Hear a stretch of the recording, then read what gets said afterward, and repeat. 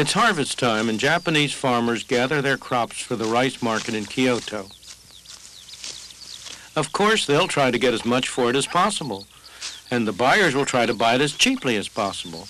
That's how markets are supposed to work. That's what Adam Smith, the Scotsman who turned economics into a modern science, observed 200 years ago. He observed something else, too. In every country, it is always and must be in the interest of the great body of people to buy whatever they want of those who sell it cheapest. The proposition is so very manifest that it seems ridiculous to take any pains to prove it. Nor could it ever have been called in question had not the interested sophistry of merchants and manufacturers confounded the common sense of mankind. Their interest is, in this respect, directly opposite to that of the great body of people. Adam Smith's flash of genius was to see how prices that emerged in the market, the prices of goods, the wages of labor, the cost of transport, could coordinate the activities of millions of independent people, strangers to one another, without anybody telling them what to do.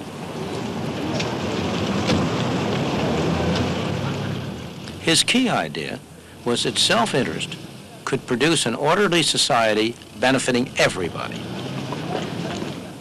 It was as though there were an invisible hand at work.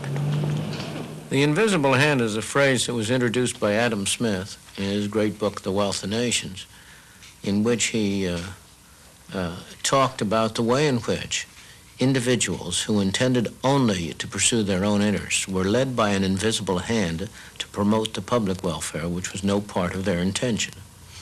He was talking about the economic market, about the market in which people buy and sell.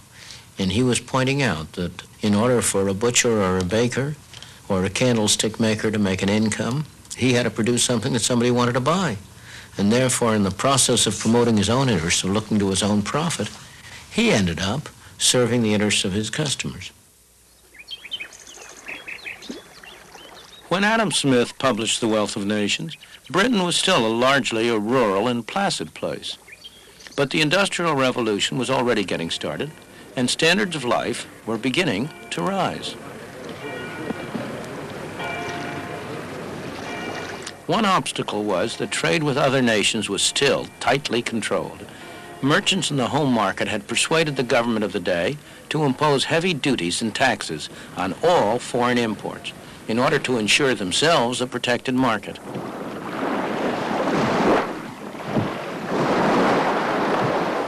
One of the results was to turn Britain into a nation of lawbreakers. Smuggling was a national pastime. Brandy, wines, tobacco, anything with a heavy customs duty on it. For years, the revenue men fought a losing battle along the shores and inlets of the British Isles. In 1846, after years of argument and partial success, the followers of Adam Smith finally persuaded the British Parliament to remove all duties on goods imported from abroad. Britain embarked on complete free trade, giving a further push to the rising standard of life. What happened in Britain as a consequence of releasing the tremendous force of self-interest had the unintended effect of benefiting millions of people all over the world. And by 1851, the evidence was proudly on show at the great Crystal Palace exhibition.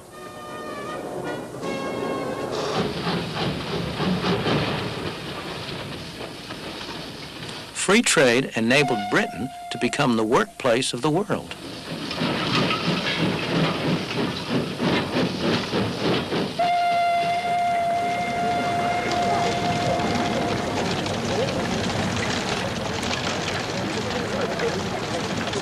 But was it all an accident? I don't think it was.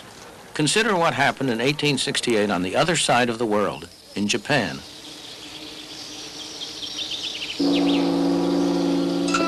For the preceding 300 years, the Japanese had lived in almost complete isolation. They had discouraged visitors from other nations, especially from the West. The result was that by the standards of the West, Japan was backward. It was a feudal society with lords and serfs and woe betide anyone who tried to change the order of things.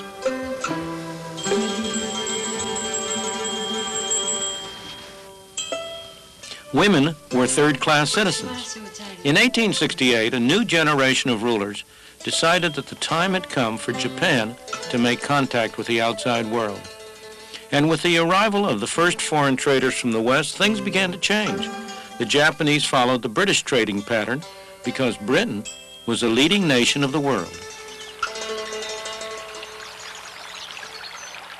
So free trade came to Japan. Japan became a magnet for other people's ideas and developments. One of the first traditional industries to feel the effect was weaving. From Europe, the Japanese imported the jacquard method, a way of programming a loom to control the accuracy of the weave and so to standardize output. Workers did well in the new atmosphere, and so did their employers.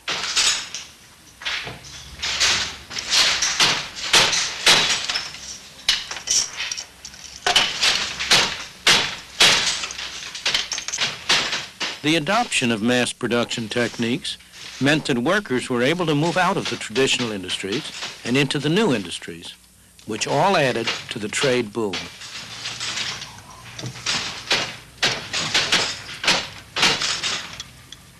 None of us can help being affected by the intellectual atmosphere that we breathe.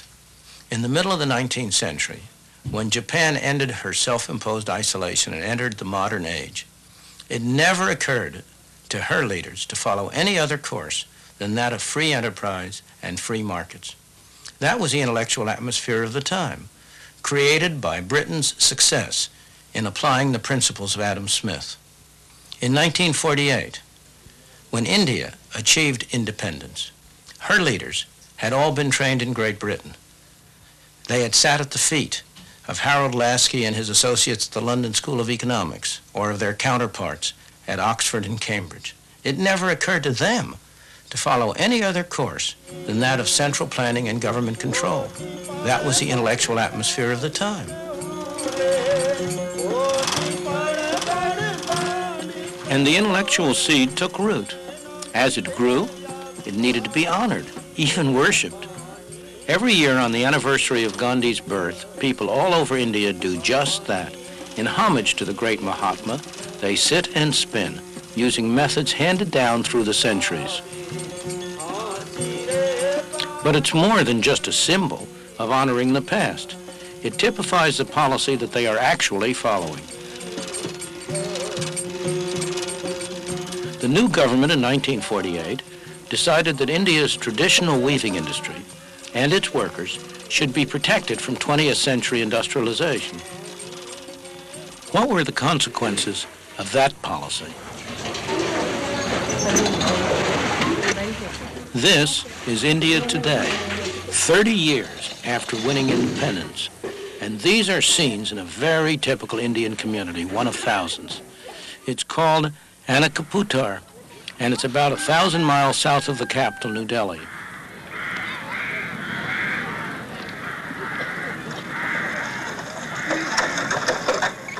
This is not the kind of life the government intended to perpetuate, but it is one result of their policy. By subsidizing the cotton that the villagers spin and the cloth that they weave, they made it difficult for modern industry to develop.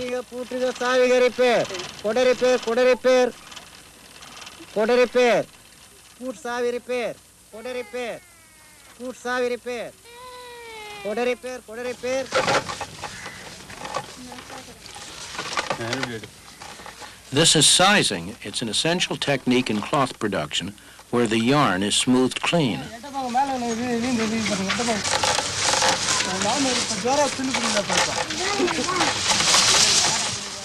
A modern machine could do the same thing in 1/100th of the time. The result of government planning to modernize industry is that the number of handlooms roughly doubled in the first 30 years after India's independence. Today, in thousands of villages throughout India, the sound of handlooms can be heard from early in the morning till late at night. In this village alone, there are more than 3,000 handlooms in operation. Since 1948, 3 generations of villagers have sat at these looms, making cloth with patterns that never vary, using methods that never change. There's nothing wrong with this activity, provided it survives the test of the market, provided it's the way in which these people can use their abilities and their energies most effectively. After all, in Japan, where the government has not specially encouraged the handloom industry, there remains a very small but very productive handloom segment. The trouble here is that this industry exists only because the government has subsidized and supported it, because it has, in effect, imposed taxes, direct and indirect, on the rest of the people of India, people who are no better off than these people are, in order to enable this activity to continue. Other industries, both textile industries and industries of a variety of kinds, have been restricted, explicitly kept back, prevented from providing more productive employment in order to make room for this industry. The effect has been to inhibit the development, to prevent the growth, to prevent the dynamic activity that could otherwise develop out of the energies and abilities of the people of India.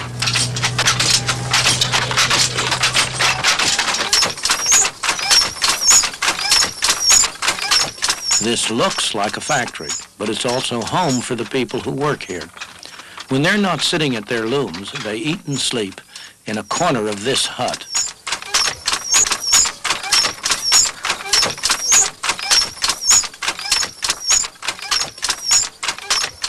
Throughout the world, governments always profess to be forward-looking.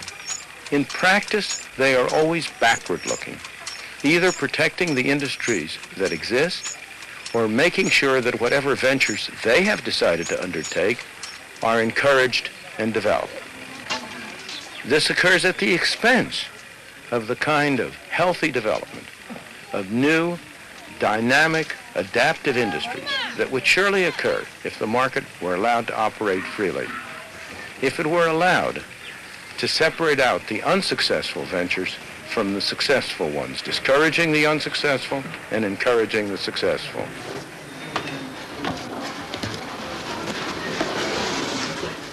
India has tremendous economic and human potential, every bit as much as Japan had a century ago. The human tragedy is that in India, that potential has been stifled by the straitjacket imposed by an all-wise and paternalistic government. Central planning in practice has condemned India's masses to poverty and misery.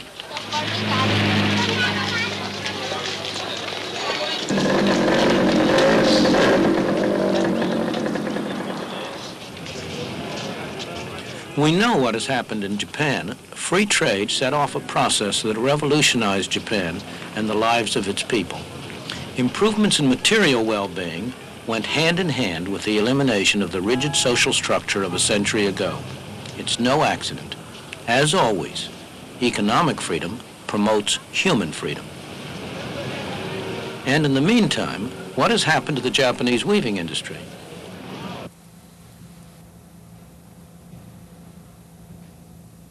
This is how textiles start life in a Japanese weaving shed today. A design for cloth is placed on a drum.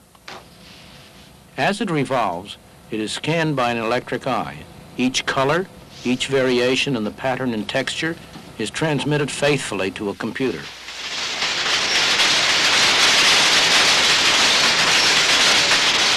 It's all that the modern loom of Japan requires.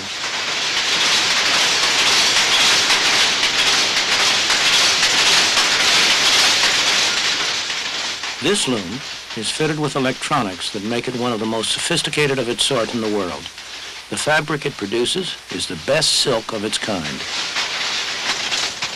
Thanks to the speed and efficiency of these machines, the price of the silk is competitive.